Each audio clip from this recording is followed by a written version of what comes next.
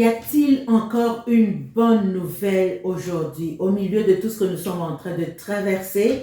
Aujourd'hui, nous voulons venir avec une parole. Je suis aujourd'hui avec l'évangéliste Dada Bakombo. Bonjour, évangéliste Dada. Bonjour, pasteur Nathalie, bonjour. Alors, y a-t-il encore une bonne nouvelle au milieu de tout ce que nous traversons, au milieu des catastrophes, au milieu de tant de séduction? Y a-t-il encore une bonne nouvelle? Aujourd'hui, nous venons avec un verset. Il se trouve dans Matthieu 24, le verset 11.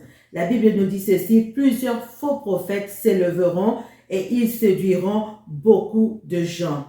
Effectivement, évangéliste Dada, nous sommes dans cette période où plusieurs faux prophètes s'élèvent et ils viennent avec beaucoup de séduction et malheureusement, beaucoup de gens les suivent. Que faire face à cette parole? Mais il faut d'abord comprendre ce que c'est qu'un faux prophète.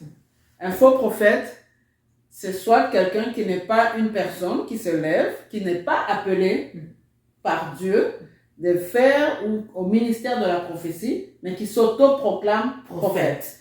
Un faux prophète, c'est aussi quelqu'un qui a été appelé par Dieu à exercer un ministère prophétique, mais qui au bout du chemin s'est perdu quelque part. Donc la Bible nous donne des exemples.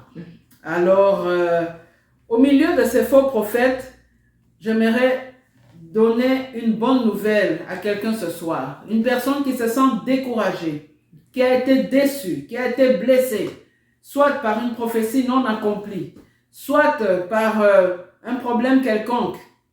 Oui, mon frère, ma soeur, écoute-moi ce soir. Élie pensait qu'il était le seul prophète qui restait en Israël. Mais le Seigneur lui a dit qu'il n'était pas le seul, qu'il y avait encore un reste, qui n'avait pas fléchi les genoux devant Baal. Et la bonne nouvelle aujourd'hui, c'est qu'il y a encore un reste.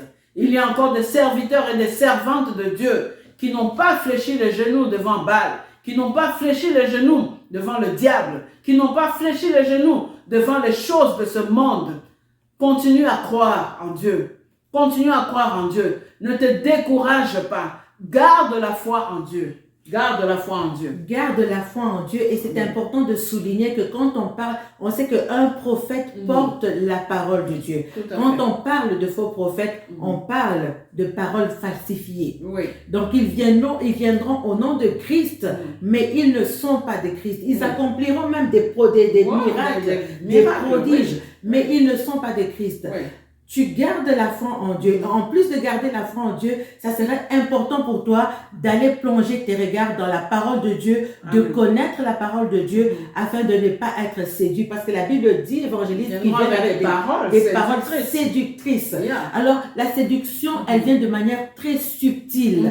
C'est très facile la contrefaçon. Donc, c'est important pour toi, en ces temps de la fin, en ces temps où les fondements sont complètement bouleversés, c'est important pour toi en tant qu'enfant de Dieu de te plonger dans les Écritures et de garder la foi. Et il y a encore un faible reste.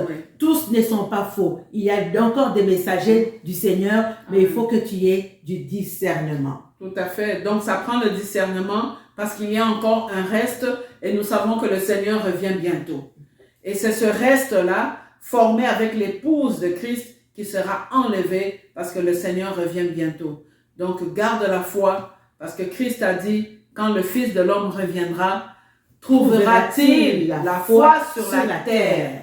Le Fils de l'homme veut te trouver dans la foi, mon frère. Le Fils de l'homme veut te trouver dans la foi, ma sœur. Ne sois pas ébranlé, relève-toi, marche, garde la foi, marche par la foi, garde cette foi qui te donne le salut qui te donne la vie éternelle avec notre Dieu, parce que Jésus revient bientôt.